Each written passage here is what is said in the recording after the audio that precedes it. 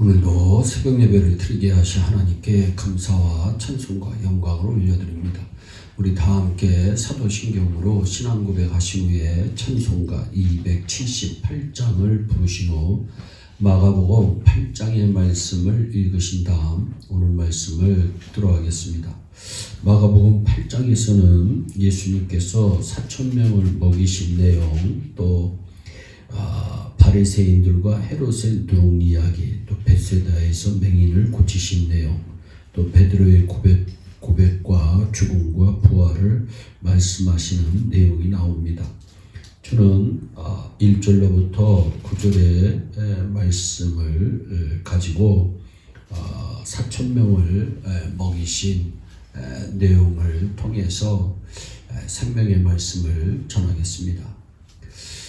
어느 한 여집사님이 계십니다. 새벽 기도에도 잘 나오고 헌금 생활도 참 잘하시는 분인데 그 남편이 안타깝게도 술 주정뱅이어서 술만 드시고 오시면 부인과 아들들을 심하게 구타하곤 합니다. 이 문제를 놓고 그 부인은 40일 금식 기도를 합니다. 금식 기도가 끝나는 날 문제가 해결되어야 되는데 도리어 그 남편은 감동은커녕 더 악해져 또 부인을 때리고 자식을 괴롭혔습니다. 여집사님께서 예수님을 잘 믿는데도 그 남편이 변화되지 않은 것입니다. 또 어떤 믿음이 좋은 남자 집사님은 사업을 크게 하고 계셨는데 한순간에 몽땅 망합니다.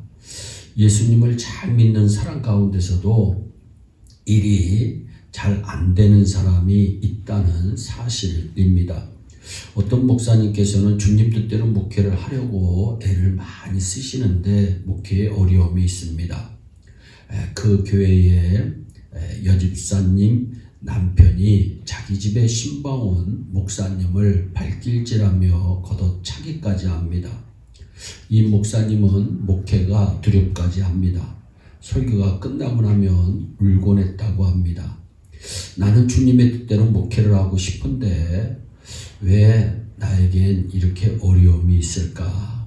더 이상 목회를 할 수 없다고 생각하고 마지막 기도나 하고 끝내려고 금식 기도원을 갔습니다. 하나님 어떻게 해야 합니까?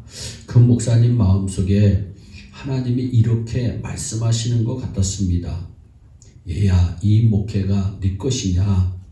네가 목회하는 것이냐? 내 목회인데 왜 네가 걱정하느냐? 그 목사님 마음속에 큰 감동이 찾아왔습니다. 기도원에 돌아와 주일날 강단에 섰는데 여전히 위협적인 사람들이 있었지만 그 목사님께서 은혜 받고 와서 그 사람들을 자세히 내려다보니까 그들이 물에 빠진 생쥐처럼 벌벌 떠는 것처럼 보였다는 겁니다. 그날따라 이 사람들이 기가 죽어 있었습니다. 예배를 마치고 나가면서 이 목사님께서 그들에게 손을 내밀어 악수하면서 같이 신앙 열심히 해봅시다 라고 배짱 있게 말합니다. 그런데 놀랍게도 그 사람들이, 교회를 괴롭히던 사람들이 사라지고 그 교회는 탄력을 받아 부흥하고 성장했다고 합니다. 예수님이 그들과 함께 하시지 않아서 이런 어려운 일이 생기는 것일까? 거기에 대한 내용이 1절로부터 9절에 대한 내용입니다. 예수님과 사흘이나 같이 있었는데도 먹을 것이 없었다고 되어 있습니다. 우리가 예수를 잘 믿으면 사업이 잘 되어야 옳습니다. 또 헌금 생활 잘하면 하나님께서 우리에게 쌓을 것이 없도록 부어주신다고 약속하셨으니까 그렇게 돼야 합니다. 그런데도 여러 가지 어려운 일이 우리에게 닥칩니다. 왜 그럴까요? 목회자가 사심없이 주님을 위해 헌신하는데 어찌하여 힘들게 하는 사람이 있을까요? 어찌하여 하나님의 사람 다윗 옆에는 자기를 죽이려고 하는 사람들이 그렇게 많았을까요? 하나님과 함께하지 않았기 때문입니까? 아닙니다. 하나님과 함께 있었습니다. 예수 믿는 사람에게도 계속해서 어려운 일이 일어납니다. 이 문제가 해결되면 저 문제가 생기고 집안의 우환이 계속 끊이지 않고 일어날 수 있습니다. 예수님과 함께 있으면 먹을 것이 반드시 있어야 하는데 먹을 것이 없었습니다. 예수님이 누구십니까? 천지 만물을 창조하신 분이십니다. 그런 예수님과 함께 있는데 제자들이 굶주립니다. 4,000명의 장정들이 굶주렸습니다. 먹을 것이 있고 행복해야 하는 것인데, 살맛이 나야 되는 것인데, 볼지어다 내가 세상 끝날까지 항상 너와 함께 있으리라 우리 주님 약속하셨는데, 우리의 삶 속에 예수님과 함께해도 왜 실패와 좌절이 생기는 것일까? 왜 내 자녀는 이 모양일까? 왜 우리 집은 이 모양일까? 예수님이 우리와 함께하지 않으셔서 그런 것이 아닙니다. 오늘 1절로부터 9절에서도 군중들이 예수님과 사흘을 같이 있었는데도 굶주렸다고 성경은 기록하고 있습니다. 집이 가까운 사람들은 배가 고프다고 먹을 것이 없다고 다 돌아갔습니다. 장정만 한 4,000명 남았다고 성경은 기록하고 있습니다. 예수 믿다가 집안에 어려운 일이 생기면 교회 다니는 것을 그만두는 사람이 있습니다. 신앙생활 잘하다가 안 하는 사람이 있습니다. 심지어 종교를 바꾸어서 불교로 가는 사람도 있고 가톨릭으로 가는 사람도 있습니다. 이것이 우리에게 있어서 가장 큰 위기입니다. 여러분 3절 말씀해 보세요. 만일 내가 그들을 굶겨 집으로 보내면 길에서 기진하리라. 그 중에는 멀리서 온 사람들도 있느니라고 하는 말씀이 있습니다. 무슨 말씀입니까? 예수님은 사람들의 먹을 것을 이미 생각하고 계셨다는 것을 성경은 말씀합니다. 예수님은 여러분의 영혼만 구원하시는 것이 아닙니다. 여러분의 물질도 걱정해주고 계십니다. 불쌍히 여겨주십니다. 여러분의 사업도 관심 깊게 바라보고 있습니다. 여러분의 집안도 우리 하나님께서는 지켜보고 계시는 것입니다. 여러분을 불쌍히 여기시면서 어떻게 도와줄까를 늘 생각하시는 분이 우리 하나님이십니다. 3일 동안 굶주린 사람들이 집으로 돌아가면 안 되는 것이었습니다. 참아야 되는 것이었습니다. 그런데 참지 못하고 돌아갔습니다. 그때 제자들이 말합니다. 이 광야에서 어떻게 떡으로도 이 사람들을 배부르게 할 수 있습니까? 예수님께 묻습니다. 그때 예수님께서 너희에게 떡 몇 개가 있느냐 묻습니다. 예수님은 오늘도 환난당한 사람들에게 떡 몇 개가 있느냐고 도리어 물으시는 분이십니다. 하나님께 내놓을 것이 무엇이 있느냐고 물으시는 분이십니다. 주님은 여러분들에게 무엇을 받기를 원하십니다. 왜 그럴까요? 여러분을 축복해 주시려고 우리 주님 물으시는 것입니다.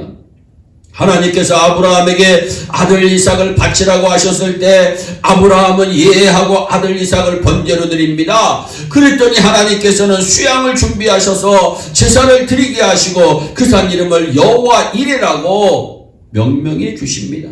하나님께서는 내 인생을 드리기를 원하느냐, 내 물질을 드리기를 원하느냐, 내 지식을, 내 시간을, 내 인격을 드리기를 원하느냐고 우리가 힘들고 어려울 때 우리에게 묻습니다. 하나님께서는 여러분이 아무리 어려워도 드리기를 원하십니다. 3일 굶주렸다고 집으로 돌아가면 안 된다는 것입니다. 실패했다고 하나님이 떠난 것이 아닙니다. 실패자 베드로를 찾아오셔서 고기를 잡게 하시고 떡과 고기를 구워주시면서 네가 나를 사랑하느냐고 3번이나 물으신 분이 우리 주님이십니다. 그러니까 주님 속상하게 하지 말고 도망가지 말고 항상 예수 곁에 있어야 합니다. 끝까지 예수님 옆에 있는 사람에게 주님은 너에게 무엇이 있느냐고 물으십니다. 떡 7개를 갖다 드리니까 축사하시고 사람을 둘러앉게 하시고 그날을 기다리게 하셨습니다. 끝까지 기다렸습니다. 하나님의 놀라운 역사를 기다릴 줄 아는 사람이 기적을 체험합니다. 죽는 날까지 하나님의 은혜를 기다려야 됩니다. 실패해도 신자는 기다려야 합니다. 왜냐하면 하나님은 여러분의 모든 것에 관심을 가지고 계시기 때문입니다. 사람들이 배불리 먹고도 남은 것이 7강주리가 되었다고 성경은 말씀합니다. 7은 완전 숫자입니다. 무한대인 것입니다. 끝까지 하나님 바라보면, 끝까지 하나님 기다리면 무한대로 우리의 문제를 해결해 주시는 분이시라는 것을 성경은 우리에게 말씀합니다. 사랑하는 여러분, 힘들고 어려울 때일수록 끝까지 주님의 은혜와 축복을 기다리시기를 바랍니다. 우리 예일교회 온 식구들이 이 떡 7개를 다 내놓고 각 가정마다 7강줄씩 딱 가져가시는 놀라운 축복과 기적을 체험하시기를 주 예수 그리스도의 이름으로 축원합니다. 기도하겠습니다. 사랑의 하나님 참 감사합니다. 오늘도 생명의 귀한 말씀을 우리에게 허락하여 주심을 감사합니다. 아버지 하나님이여 4,000명을 먹이신 아버지 하나님, 우리 예일교회 온 성도들도 책임져 주시기를 원합니다. 예일교회도 책임져 주시기를 원합니다. 하나님의 은혜를 사모합니다. 하나님의 문제 해결을 기다립니다. 주여 강림하셔서 해결하여 주시옵소서. 오늘도 우리 예일의 성도들이 어디에서 무슨 일을 하든지 만사가 영통하게 하시고 예수 안에서 승리할 수 있도록 큰 복을 내려 주시옵소서. 감사하고 예수님의 이름으로 기도하옵나이다. 아멘. 주기도문으로 예배를 마치시고 각자 개인 기도하신 후에 오늘도 주 안에서 승리하는 복된 하루 되시기를 바랍니다. 감사합니다.